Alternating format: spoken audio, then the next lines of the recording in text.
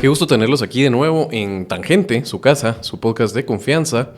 Si está usted viendo esto el día jueves 3 de abril, estamos hablando del primer día después del paquetazo de aranceles para todo el mundo que puso el presidente de Estados Unidos, Donald Trump. Y estamos hablando de que este sí es un cambio sísmico. Estamos en uno de esos eventos en los cuales la bomba ya explotó. Ya estamos irradiados, pero todavía nos sentimos iguales y en un momento vamos a saber hasta qué punto tenemos cáncer. Es un momento de veras de un impacto seísmico. No vamos a hablar solo de eso, tal vez le vamos a pegar un brochazo porque ninguno de los dos aquí es economista ni pretende usurpar esas cosas, pero creo que son asuntos con una importancia política además que también vamos a abordar sin duda. Pero vamos a hablar del país. Y vamos a hablar del país con alguien que es parte del equipo y de los referentes de la casa aquí, que es Douglas González, que la verdad, Douglas, cada vez son más fans de tu análisis. Con ocasión del aniversario de Tangente la semana pasada, un montón de gente, gracias por haber ido a la fiesta, por haber estado ahí, y realmente había mucha gente que te quería conocer y tenía la expectativa cabal admira mucho la capacidad que vos tienes para aclararnos qué está pasando, así que bienvenida a tu casa otra vez. Muchas gracias, Javier, y gracias por la invitación y también un saludo cordial a la audiencia. La verdad que estuvo bastante animada, alegre, diría yo, la fiesta de aniversario.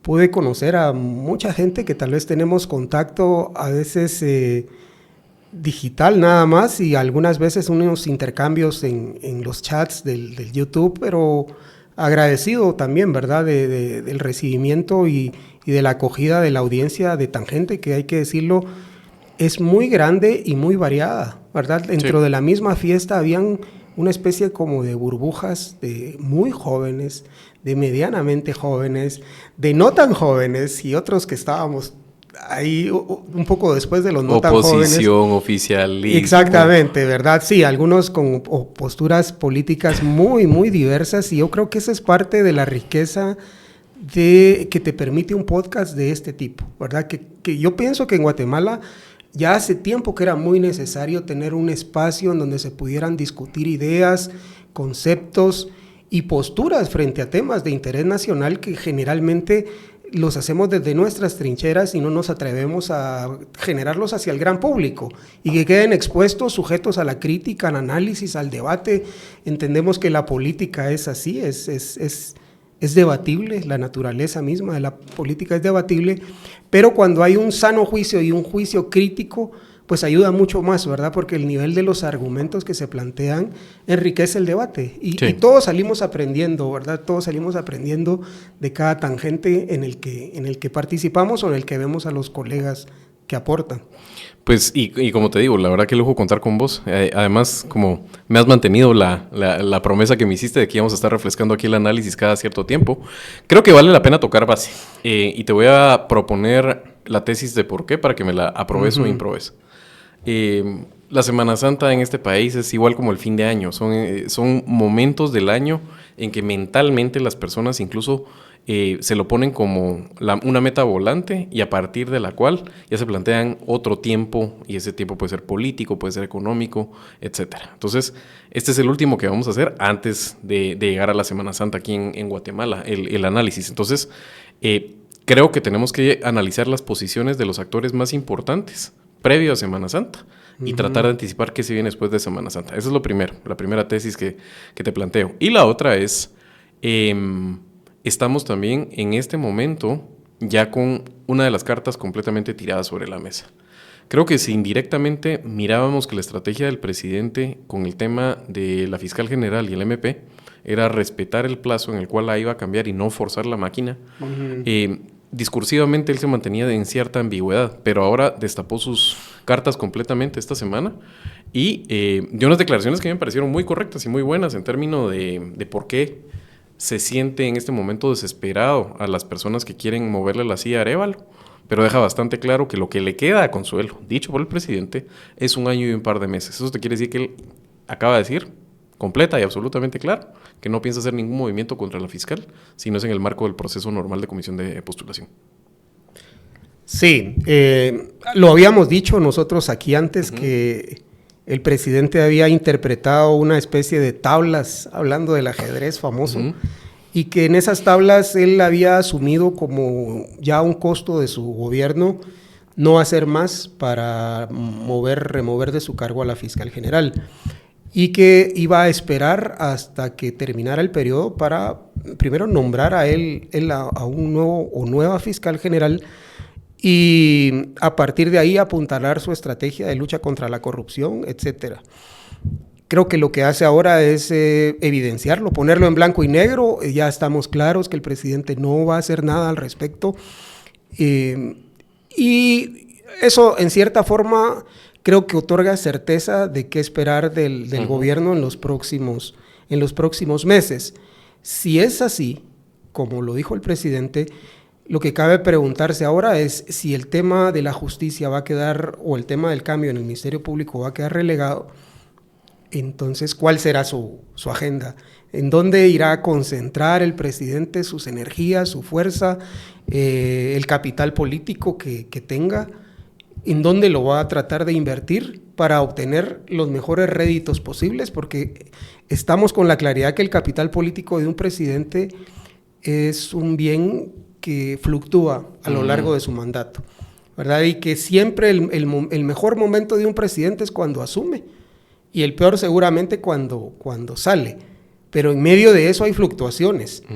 Y entendería yo, tal vez ya para ir entrando en materia, que el mes de marzo es un mes a la baja en ese capital político, y que parte de esa interpretación de por qué se redujo o se disminuyó el capital político y cómo hacer para recuperarlo o reinvertir lo que se tiene para recuperarlo, es parte de una agenda de trabajo importante, estratégica del presidente, de hacia dónde quiere apuntalar sus objetivos estratégicos en lo que queda de este año. Se nos fue un trimestre ya, casi un cuatrimestre al regresar de Semana Santa, y qué podría hacer en ese segundo semestre y en la parte que le queda de este primer trimestre. Creo que esas deberían de ser las interrogantes, tal vez para plantear las grandes líneas del análisis de lo que se viene y hacia dónde quisiera el presidente y su equipo de gobierno apuntalar esos esfuerzos.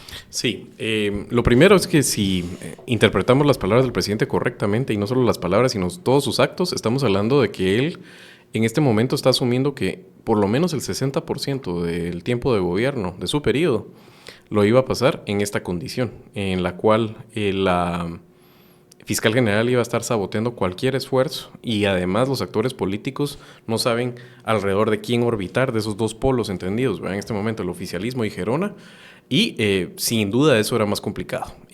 Lo cual siempre me ha hecho ruido con el tema de las metas presidenciales, ¿verdad? Porque cuando uno se pone metas, debiera ser porque tiene las condiciones para. Entonces, en vez de contar el cuento de por qué es y quiénes están opuestos a que él gobierne, era asumir como negocio como siempre, business as usual, como dicen los gringos, y aquí lo que hay que dar es resultados. Eso me pareció siempre muy curioso de parte de él. Y la otra es, con lo que decías, de un capital a la baja en marzo, uno no puede dejar de decir que en gran medida son errores autoinfligidos. O sea, cuando uno piensa que el tema de política pública correcta, ¿verdad? Que era el seguro contra terceros en el tema de los vehículos, la implementación parece que no estaba bien cuidada y por ahí saltó la liebre. Y después cuando uno mira el tema de algo que a uno le rompe la cabeza, como es un tema de 1,300 quetzales, pero manejado de una forma que sale golpeado el mismo presidente y su círculo con el tema del baby shower en casa presidencial. Yo de esto lo que esperaría, no sé si coincidís con esto, por lo menos es, si lo segundo es un tema personal, es su familia y es muy difícil, primero entender la sensibilidad y tener suficientemente claro que a él se le juzga con una vara distinta. Si no lo tenía del todo claro, ahora ya lo voy a sentir. No es lo mismo sacar a la ministra del Mar, Iturbide, fulminantemente por un manejo de los carros, dándole a su familia chofer, que el tema de su esposa. Y se le va a juzgar muy distinto. Es una llamada de atención. Y lo otro es, hay que mirar el tablero completo y evaluar qué es los procesos que va a empujar, como este que era el seguro, y qué te friega la gobernabilidad y tal vez qué debiste haber hecho antes, además de haber hecho un plan de transición más adecuado. Creo que esas son las dos lecciones que debería extraer de esto el gobierno. Sí, y tal vez yo agregaría una tercera, que debería de haber una especie de catecismo gubernamental. Voy a atreverme a utilizar, aprovechando la cuaresma, ¿verdad? Necesita un presidente, funcionarios convencidos de su gestión y comprometidos con cuidar ese capital político del presidente, porque es el que los tiene en ese puesto. Y si un ministro con sus decisiones erosiona o mancilla o golpea ese capital político o la imagen del presidente, está golpeando todas sus posibilidades de tener una gestión exitosa. Y pues a las pruebas me remito en el Ministerio de Gobernación, por ejemplo. Yo estoy seguro que ese traspié del seguro le ha ocasionado problemas de gobernabilidad al ministro en su cartera, sí, y le ha disminuido sus capacidades de implementar algunos de los planes que él hubiese querido, sí, ¿verdad? Porque se reduce el oxígeno político. Cuando se erosiona la figura del presidente, eso disminuye también las capacidades de las carteras para llevar adelante políticas. Y también me refiero, por ejemplo, al Ministerio de Comunicaciones, de cómo la gestión, buena o mala, incide en la imagen del presidente, y a su vez esto regresa y les disminuye a ellos sus capacidades de tener más oxígeno para poder llevar adelante sus políticas. Entonces yo creo que esa podría ser una tarea extraordinaria para llevar a la finca Santo Tomás y hacer esta especie de catecismo gubernamental para saber quiénes no han hecho ni siquiera la primera comunión y quiénes están listos para la confirmación o incluso para un sacramento mayor con el presidente, ¿verdad? El presidente ciertamente necesita gente leal a su causa, ¿verdad? Y desafortunadamente hemos tenido presidentes con ministros muy leales a su causa, pero la causa es una causa equivocada, sí, ¿verdad? Y ahora necesitaría el presidente también gente muy leal a su causa, y que esa causa gire alrededor de lo que llevó al presidente al gobierno, que es algo que siento yo que no, a veces se perdemos de vista, pero sigue ahí. Esa causa de esa gente que se salió a movilizarse a las manifestaciones, que salió a votar, que estuvo 100 días en las calles, esto no ha muerto. Simplemente se ha cansado o se ha desilusionado, pero la causa sigue ahí y sigue necesitando de un redentor que la lleve adelante. Sí. Y creo que ahí hay un papel de liderazgo, pero también de equipo, de compromiso con esa causa. Pero de conjuntar también al equipo. O sea, obviamente lo que acabas de decir creo que es bastante claro de cómo el equipo de gobernación, en este caso, metió la pata. No se puede hablar en otros términos. Pero también ¿no crees que es el presidente el que está obligado también en este caso a dirigir la orquesta y saber en qué momento la tuba tiene que meter la nota y en qué momento tienen que entrar los violines? Aquí parece que no hubo mucho de eso, ¿no? Sí, siempre el liderazgo es la gestión de las emociones, ¿verdad? Y si se gestiona una emoción como una deslealtad de utilizar un vehículo con una vara, pues con esa misma vara hay que juzgar un despropósito de una política, por ejemplo, ¿verdad? Sí. Entonces lo que la gente percibe es que no hay parámetros iguales. Y por ejemplo en el caso de lo de las AAS, que también me parece un poco cuidado para la imagen del presidente, llevar una hoja como la que se presentó allí, creo que sí ameritaría que el presidente evalúe si le puede revalidar la confianza a alguien que lo coloca en una posición de ese tipo, ¿verdad? Yo creo que ahí hay algo que debería de reflexionarse sobre el tipo de funcionariado que se tiene y el nivel de compromiso que tiene con el cuidado del presidente, ¿verdad? Tu futuro empieza hoy. Explora miles de oportunidades de trabajo en Transdoc, la plataforma de empleo activa 365 días al año. Recuerda, todas las publicaciones tienen una vigencia de una semana, así que tienes que estarla revisando, pero es la mejor forma de poder conseguir empleo. Y también de lado, si tú eres una empresa, la forma que puedes captar capital humano y recurso humano de la mejor calidad es en alianza con Transdoc. Así que más información, transdoc.com o escríbeles un correo. Sí, ahora lo que mantiene este momento tan peculiar, porque no sé si coincides conmigo, ¿verdad? Pero creo que ahorita el tablero, otra vez con la analogía del ajedrez, está para que puedas hacer realmente dominar ahorita y dictar el tempo del resto de la partida. Pero parece que ninguno de los dos lados quieren. Creo que hay un lado que está herido de muerte. No estoy diciendo con esto que no pueda matar al otro lado ya estando herido de muerte, pero yo no sé si vos miras como yo miro de derrotado ya al polo de poder que es Gerona, ya casi que inexorablemente. O sea, uno sabe que se van a poner agresivos, el playbook es criminalizar, intimidar, y eso va a seguir, pero están cada vez más solos. O sea, todo lo que era antes esa coalición, esa liga, ya hasta en el Reino Unido le llaman el pacto de corruptos de Yamatei, esa forma como coció ese bloque de la sociedad y los actores guatemaltecos, parece completamente deshilado. O sea, a este lado de Gerona le va a quedar nada más ponerse cada vez más agresivos, pero sinceramente creo que el resto de aliados, incluso los más estructurales de ellos, no les tienen todavía, digamos, un reposicionamiento, más allá de la curia de los que están sentados precisamente en el MP. ¿Cómo mirás que va a ser esa dinámica a partir precisamente después de Semana Santa, en la cual solo les queda salir disparando, pero parece que cada vez están más solos? Mira los resultados, para terminar de apuntalar esto. Ya asumió la Junta Directiva y el Tribunal de Honor del Colegio de Abogados y Notarios. Mazariegos ha estado haciendo el juego asqueroso de bloquear la entrada del columpio de Vistahermosa para entorpecer las elecciones de los cuerpos electorales de la Universidad de San Carlos, con un resultado dispar. Pudo sacar por los pelos el resultado en el Colegio de Arquitectura, pero en las otras unidades no han tenido. En el de docentes de arquitectura no lo pudo hacer, en veterinaria tampoco. Entonces parece que se está quedando realmente las opciones del golpismo muy, muy reducidas, a pesar de que este gobierno no termina de posicionarse en la mente de los guatemaltecos como los que están sacando adelante la papeleta.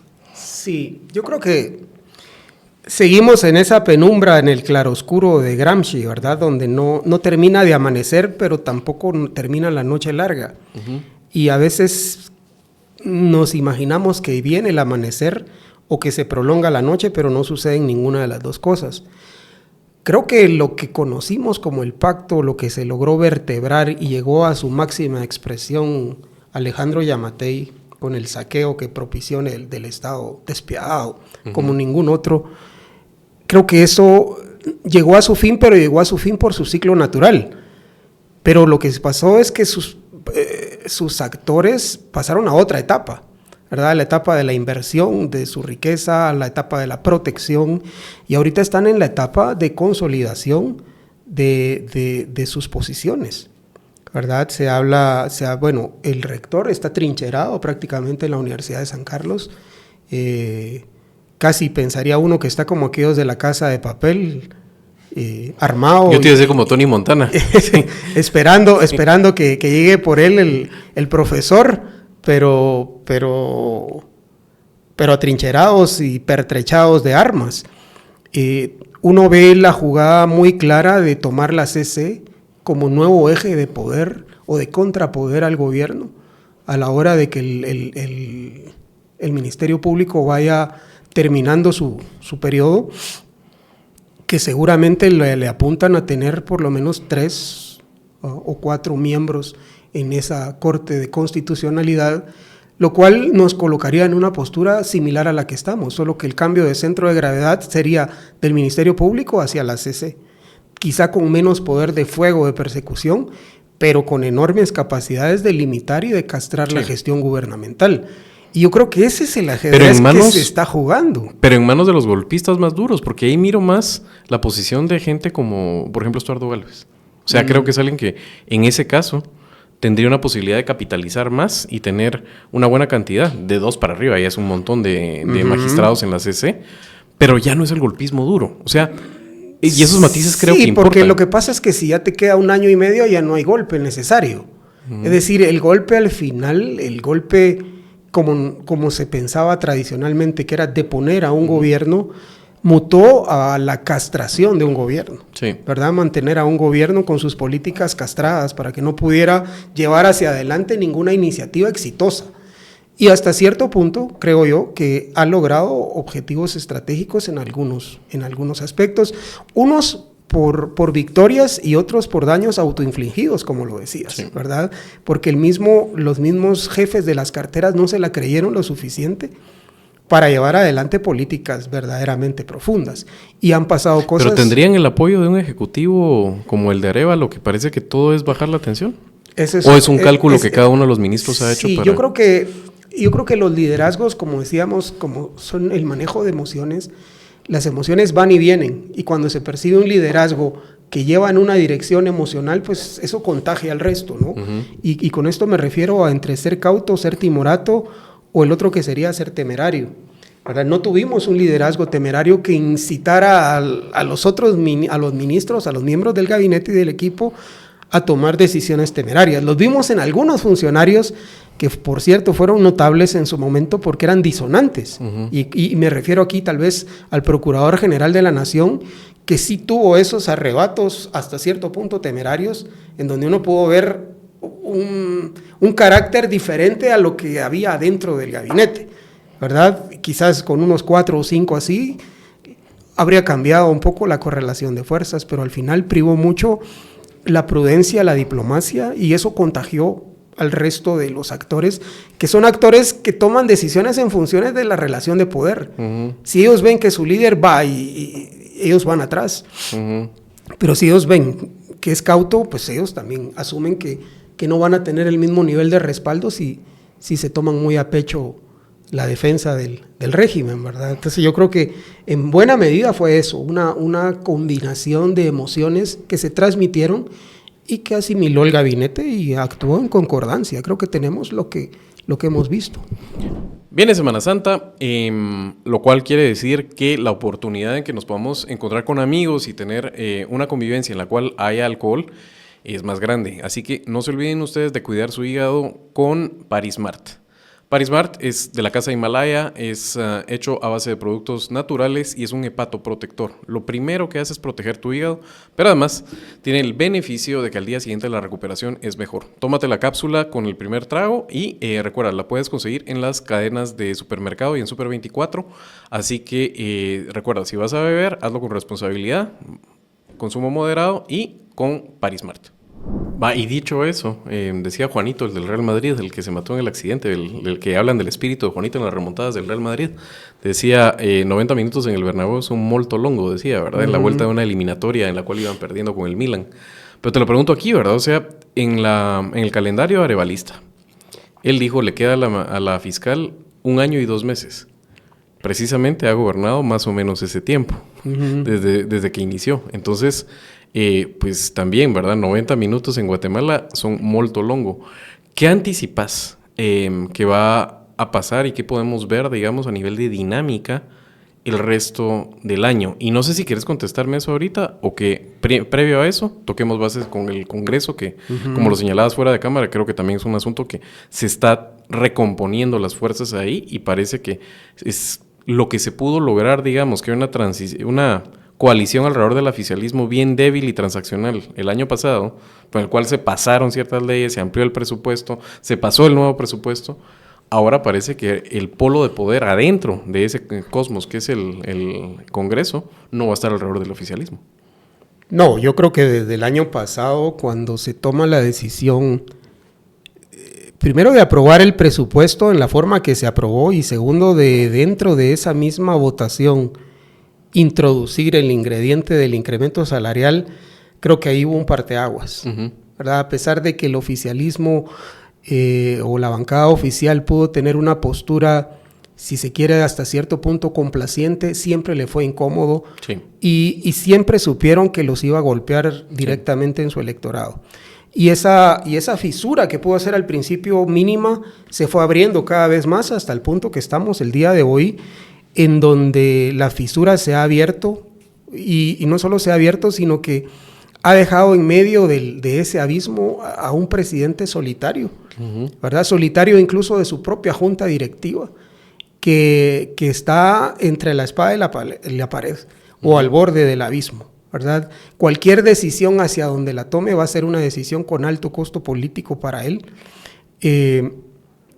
Quedará muy poco de qué hablar de algún tipo de legado de esta presidencia y en general el carácter de esta presidencia del presidente Ramos quedará marcada por ese acontecimiento del incremento salarial que, como aquí lo apuntamos en la anterior vez, la forma en que se aprobó, los montos que se aprobaron, etcétera, etcétera, revistió de varias características que a la fecha le van a traer un costo político altísimo, al punto tal que el anuncio que él mismo hizo, en donde daba marcha atrás, no tiene ningún sustento jurídico ni administrativo. Más bien fue una declaratoria como para calmar un poco las aguas, pero que está al punto en el que se le va a estallar en la cara.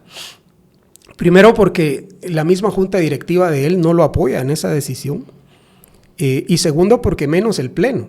El Pleno está en una especie de amotinamiento con el presidente, que no le van a generar quórum para que no se conozca. Esta semana no sesionaron. Sí. Y quieren llevar esto hasta finales de mes para que haya que pagar nuevamente, ¿verdad? Como para consolidar y dejarlo en evidencia que lo que él dijo y le prometió al pueblo de Guatemala no tenía ningún sustento en la práctica. Entonces allí creo yo que sí estamos ante un problema, porque estamos a punto de generar una crisis institucional en el Congreso de la República, donde incluso ya se habla de hacer una nueva elección para elegir a una nueva junta directiva dentro de un mismo periodo, lo cual a mi juicio sería completamente inconstitucional. Sí. Pero a esto viene lo que acabamos de hablar anteriormente, que pueden haber negociaciones con la CC, claro, ya que se avecina la elección del nuevo representante de la CC ante el Congreso, para que la CC se haga de la vista gorda de una elección o de la elección de 2 juntas directivas en un mismo periodo, que sería un hecho inédito. Hay antecedentes que se lo quisieron hacer a Mario Taracena en su momento y no prosperó. Así es que sería algo inédito que la CC volteara la vista a una elección de este tipo, pero políticamente no lo descarto, ¿verdad? El nivel de desgaste del presidente y la correlación de fuerzas al interior de la CC podrían apuntalar a que esta decisión cuaje. A pesar de los brincos y pataleos, podría cuajar, y entonces estaríamos ante una crisis institucional de ver por primera vez a 2 presidentes dirigiendo la junta directiva en un mismo año, ¿verdad? Electos, y tal vez sería un caso como el de Samuel, no sería la primera vez, sería la segunda vez en 2 años, ¿verdad? Sí. Eso daría muestras de mucha inestabilidad en el Congreso de la República, y obviamente eso nos da la pauta, sería el antecedente de la conformación de la nueva Corte de Constitucionalidad, que de hecho ahora en mayo asume en el último periodo la magistrada más joven, Leila Lemus, para cerrar este ejercicio. Entonces obviamente ya se empiezan a barajar los nombres de quienes van a integrar y cómo se va a integrar. ¿Y en qué carrito se monta? Y qué correlación de fuerzas va a cristalizarse en esa nueva Corte de Constitucionalidad, y que como digo, puede tener una relación directa entre si se elige una nueva junta directiva o no. Es decir, ahorita, aunque no se eligiera una nueva junta directiva, el presidente del Congreso tiene muchos frentes abiertos, sí, y tiene varios problemas legales y administrativos. ¿Cuál es el polo que miras, o quién puede aglutinar alrededor de él? Si no una mayoría, por lo menos un bloque minoritario, pero el más grande que pueda servir después para hacer coaliciones en el Congreso. ¿A Luis Aguirre? Sí, yo veo a Luis Aguirre, pero una coalición tal vez más amplia, ¿verdad? Luis Aguirre, Adín Maldonado. ¿Adín por encima de Inés? Va a depender. Porque ese juego sí parece ser suma cero, ¿verdad? Yo pensaría que yo veo más cerca a Adín de Luis Aguirre. Pero en política no hay nada escrito, y yo creo que a la hora de una decisión como esta, traería una coalición muy sorpresiva, ¿verdad? Y tampoco descarto a muchos miembros de Vamos acoplándose a esta nueva correlación de fuerzas, entendiendo que pasaron sus momentos más difíciles ante la opinión pública, y que este es el momento para hacer nuevamente presencia y lavar un poco de cara. Creo que en este río revuelto van a haber muchos ganadores, y claramente pues van a haber algunos perdedores que no van a estar listos para interpretar la coyuntura, ni mucho menos para actuar en ella. Y con ellos quiero hacer una alusión directa a la bancada Semilla, que si se mantienen en una postura poco clara y al mismo tiempo dividida, puede ser que esta coyuntura los madrugue y los deje y los deje sorprendidos, ¿verdad? Sorprendidos de lo que pueda pasar por no tener la capacidad de maniobra en el momento que se requiere. Sobre todo porque se le siente la distancia con el gobierno, por lo menos a la mayoría de los diputados, y eso los deja, como decís, además son independientes, no pueden presidir comisiones a pesar del tamaño del bloque que son, sí los puede dejar bastante descolocados. Dicho esto, y ya con analizado el tema del Congreso, ¿cómo miras esos meses que faltan? Entonces, ¿qué dinámica anticipas que va a haber en el tablero nacional de aquí a que se escoja fiscal general y ese proceso? Y después de eso te quiero preguntar, ¿llegará en ese momento después ya con una nueva fiscal y en medio de cambiar a la CC el momento de plantear reforma al sector de justicia?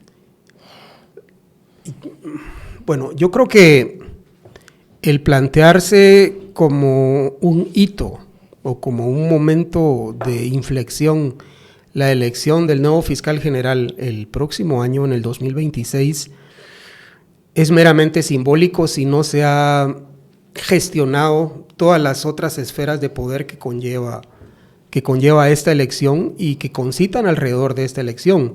Y no solo me refiero a la integración de la comisión de postulación, que ahí pues alguna buena noticia hay con la elección del colegio y del tribunal de honor, pero hay otros actores de los que no se tiene control o que el gobierno no tiene control.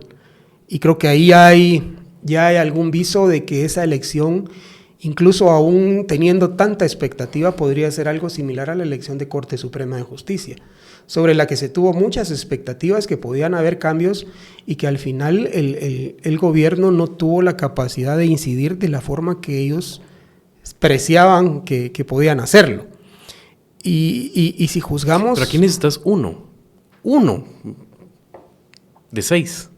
Sí, pero hay que gestionarlo, ¿verdad? Claro, hay que trabajarlo. Y eso fue el debe, precisamente. Y hay que tener gente dispuesta para que entre uno necesitas 6 que estén dispuestos para que uno pase, ¿verdad? O sea, no es fácil.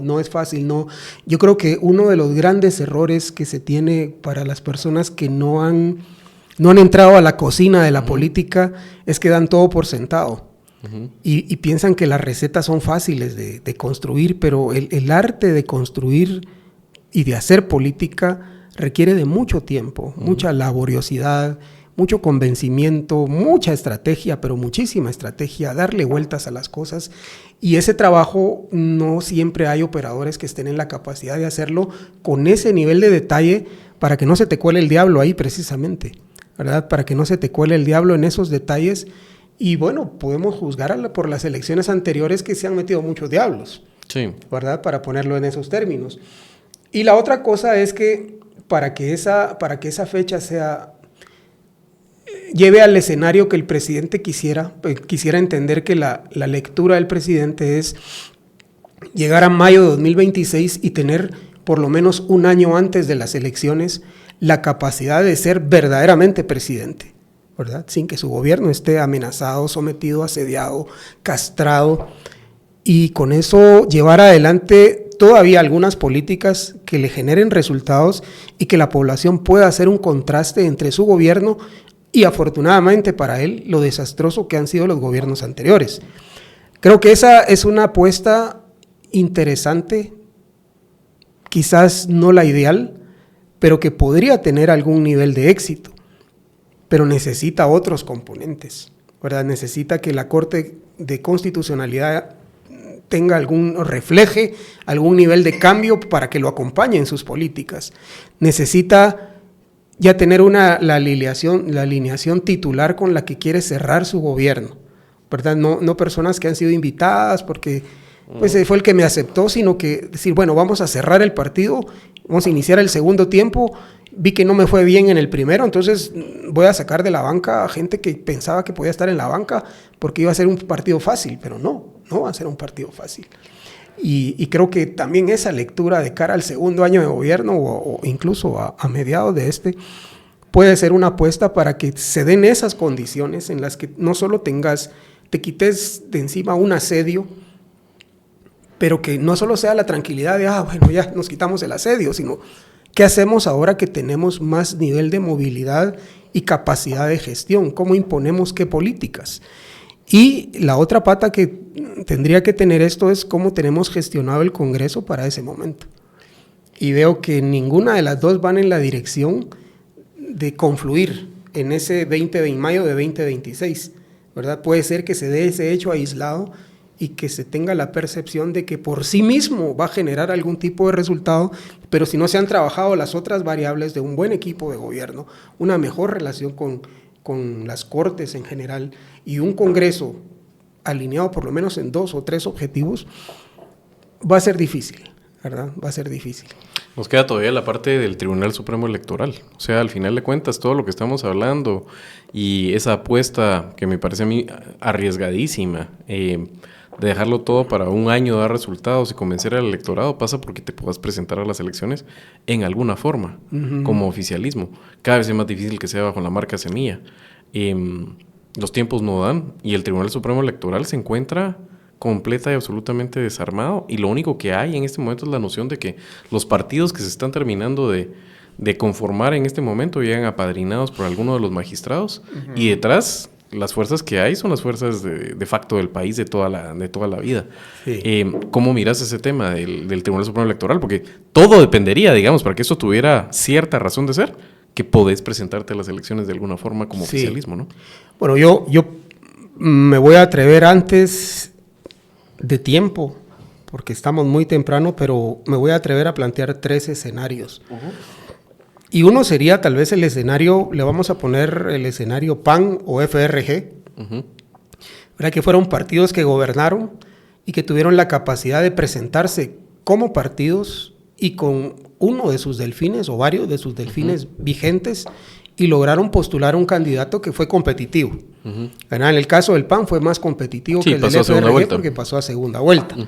Y que tenía mucho que ver con la popularidad con la que terminó Arzú, que para efectos de ser un cuarto año terminó un poquito arriba de 40, ha sido el único. Y los demás, pues Portillo ya estaba mucho más desgastado, pero aún así tenía una maquinaria electoral. Y con un bastión electoral que en ese momento era la ciudad, que ya no es ahora, digamos, para esa bueno, además con el alcalde mejor electo de la historia, que casi llegó a 80%, que fue Berchea, 78%. Aún así el PAN entró a segunda vuelta, pero casi entró en calidad de knockout técnico. Y fue vapuleado.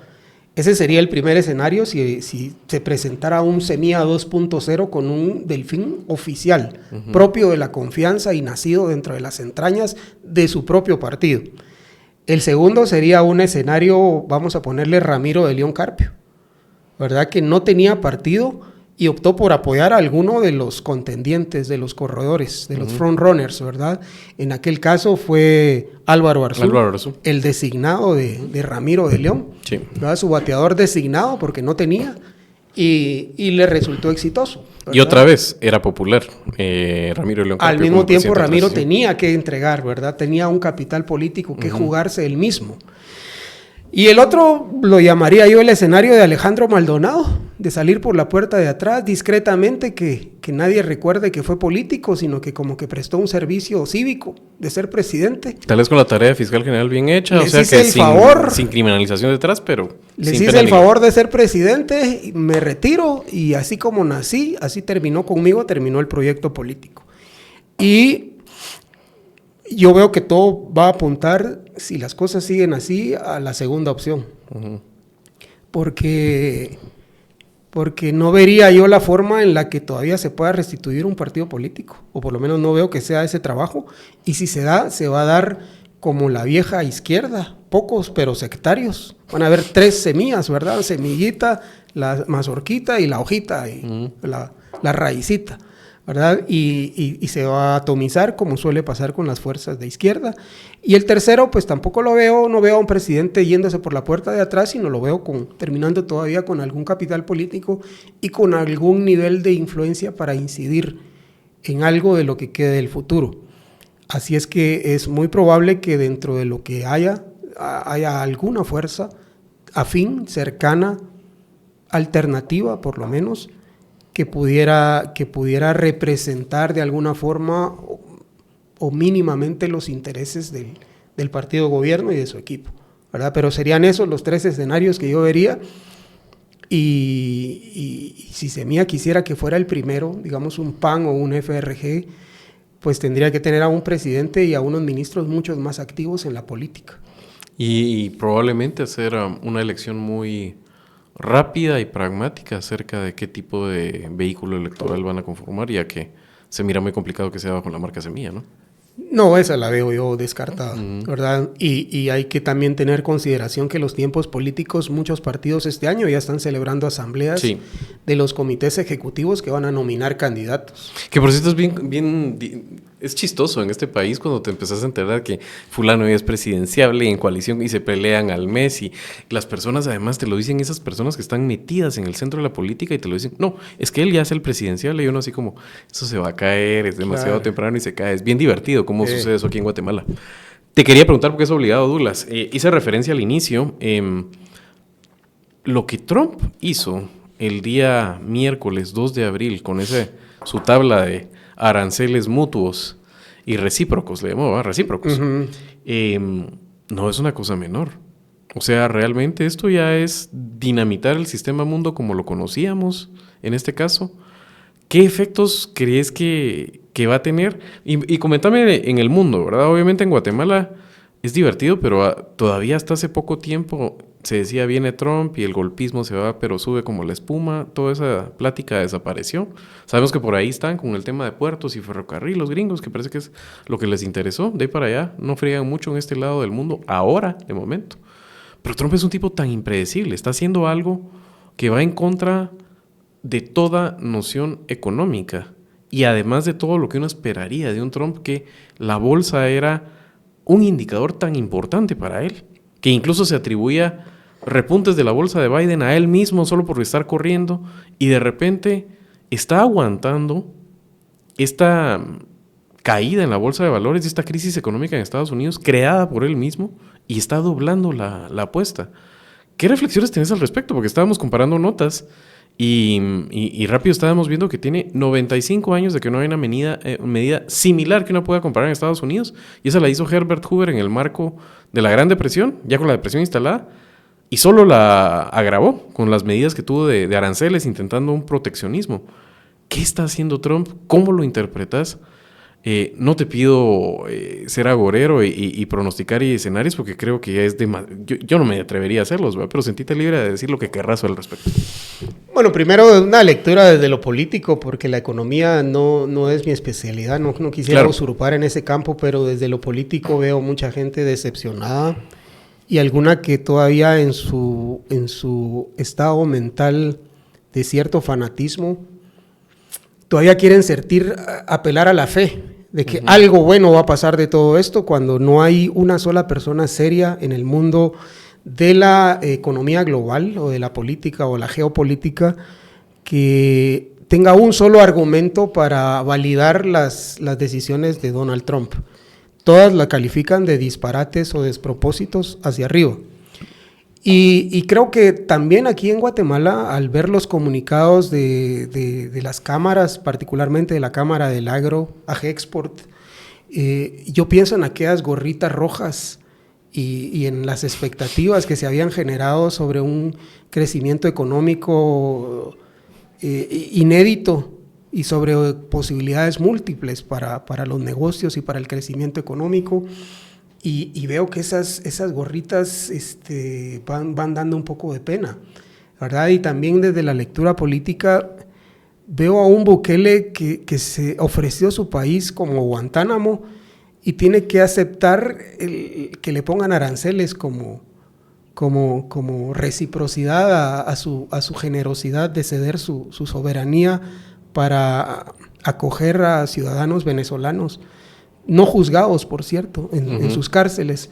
Es decir, hay mucho drama en todo esto y creo que se está conjuntando un mundo que todavía no sabemos hacia dónde va.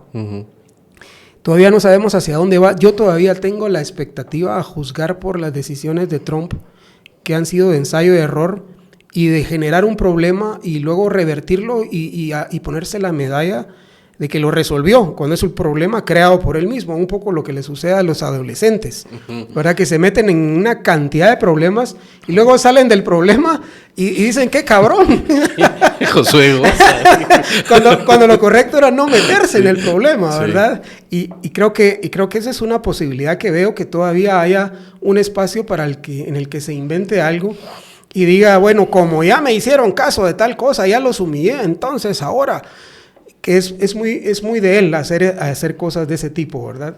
Sin embargo, aunque revirtiera y echara para atrás todo este mecanismo de despropósito que ha realizado, creo que el mundo ya no va a ser el mismo al siguiente día, ¿verdad? Ya los actores, los agentes económicos más importantes del mundo le han hecho saber a Donald Trump que la economía de Estados Unidos ya no tiene el mismo peso en el mundo, que ya no tiene la misma palanca que tenía, no digamos hace 90 años, ¿verdad? Que con Hoover eso es una cosa muy lejana, casi prehistórica. Claro. No tiene la misma palanca de hace 25 años o 20 años. No había instituciones Bretton Woods, no había todas las cadenas de logística como está el mundo. Pero incluso a inicios de este siglo, del año 2000, no tenía el nivel de centralidad la economía estadounidense, o no la tiene ahora como la tenía hace 25 años.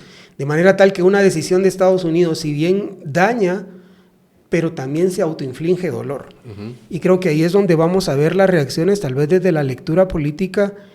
Siempre que hay decisiones grotescas en materia económica, hay consecuencias en las elecciones, ¿verdad? Y de hecho, ahorita ya el Senado ha tomado la decisión de revertir las políticas arancelarias de Donald Trump hacia Canadá. Hacia Canadá y México, sí. Y con el voto de 6 republicanos. De 6 republicanos. Entonces eso nos da indicios de que las elecciones de mediano término, que generalmente dan un balance de poder, podrían ser abrumadoramente demócratas, ¿verdad? Creo que Donald Trump todavía tiene el oxígeno de lo malo que ha sido el gobierno demócrata, no de Biden, sino de varios anteriores, porque han dejado en su discurso olvidada a la clase trabajadora, ¿verdad? Y creo que ese excesivo wokismo y esa excesiva búsqueda de las formas y no del fondo le ha causado mucho daño a los demócratas. Y le pasa un poco el contraste, yo pongo el ejemplo de lo que le pasa al presidente Arévalo aquí en Guatemala, que si él utilizara un poco más el recurso del gobierno anterior,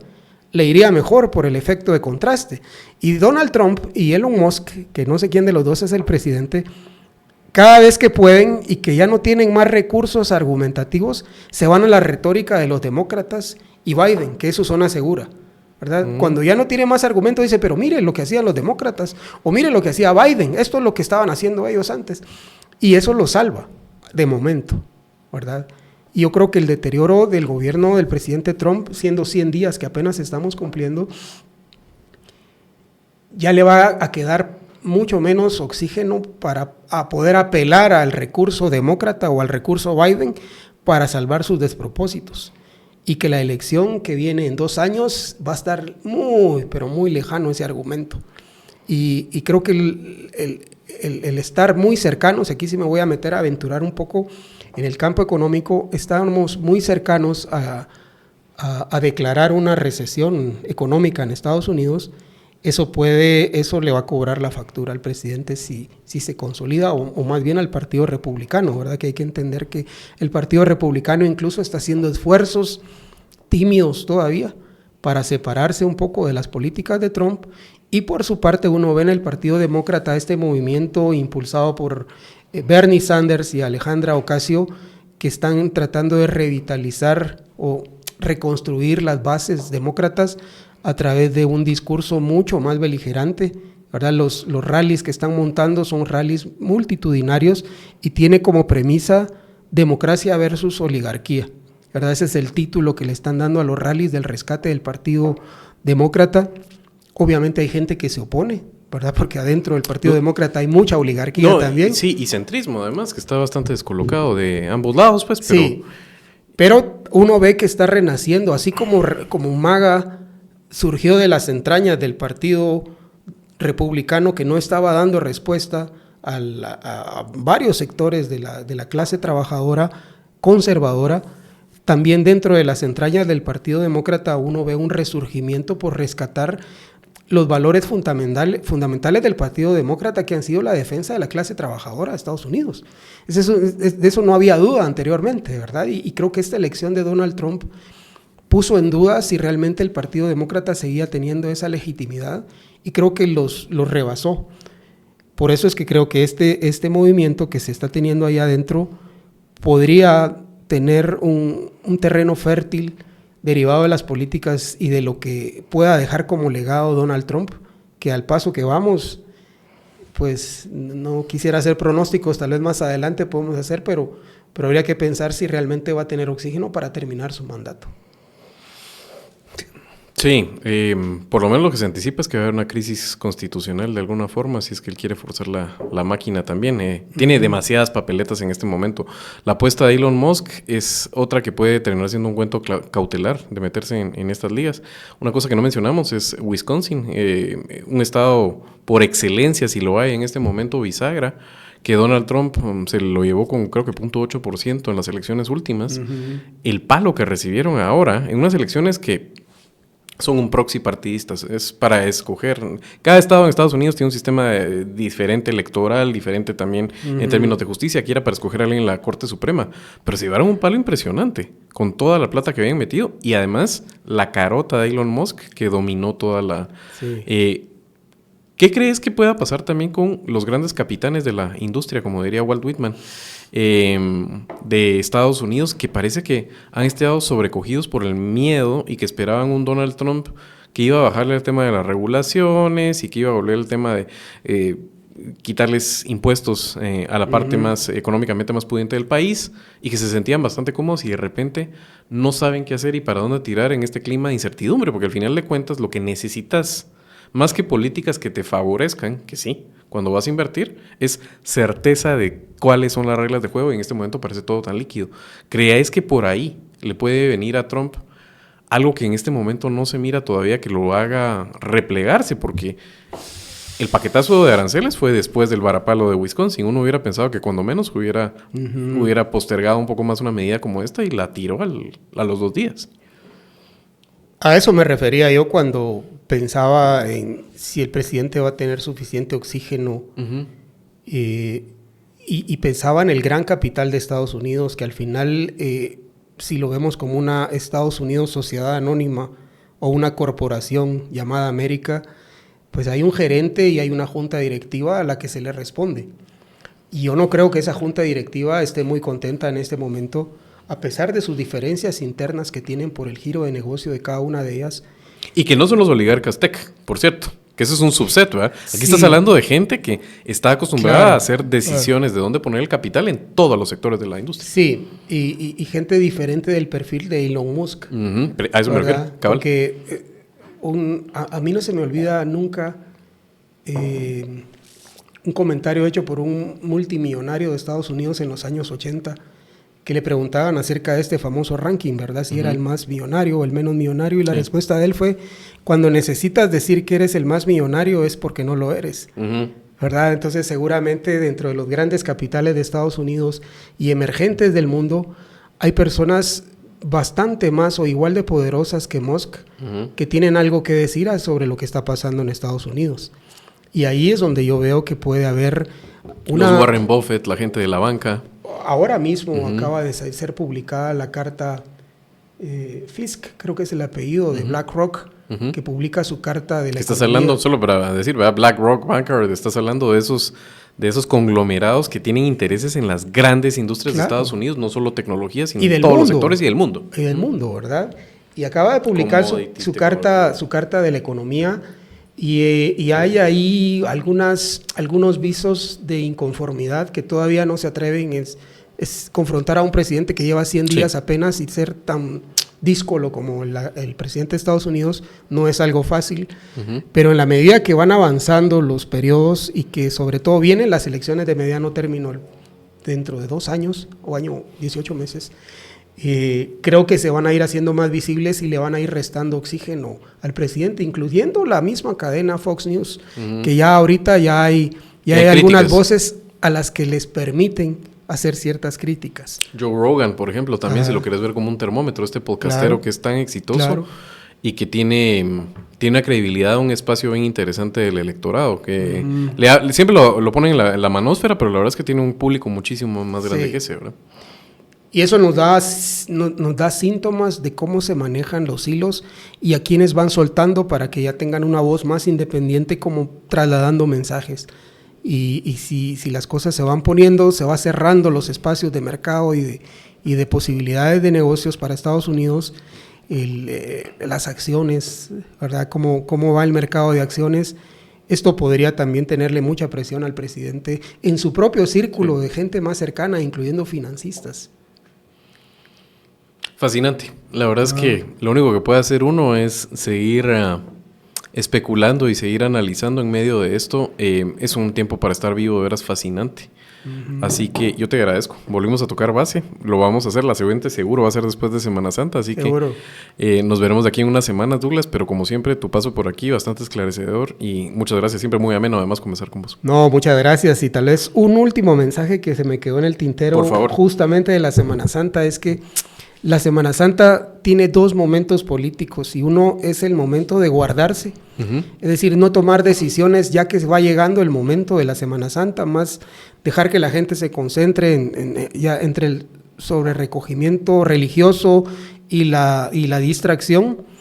Y el segundo momento político es al regresar de Semana Santa, que generalmente hay remesones. Sí. Entonces tendríamos que esperar algunos 2 o 3 por ahí, incluido alguno del mismo gobierno, en donde se esté tomando o se esté esperando ese momento político para tomar esas decisiones. Así es que podemos ver algunas sorpresas al regresar de Semana Santa. Sería lo usual, ¿verdad? Yo anticipo al MP volviendo a insistir con el tema de que las elecciones del 2023 fueron un fraude. Y tal vez viene algún zarpazo del Ejecutivo. Vamos a ver, va a estar interesante. Así que seguro lo vamos a estar comentando cuando regresemos en el espacio de análisis que tenemos aquí con vos. Muchas gracias. Gracias a todos. Hasta la próxima. Gracias a todos.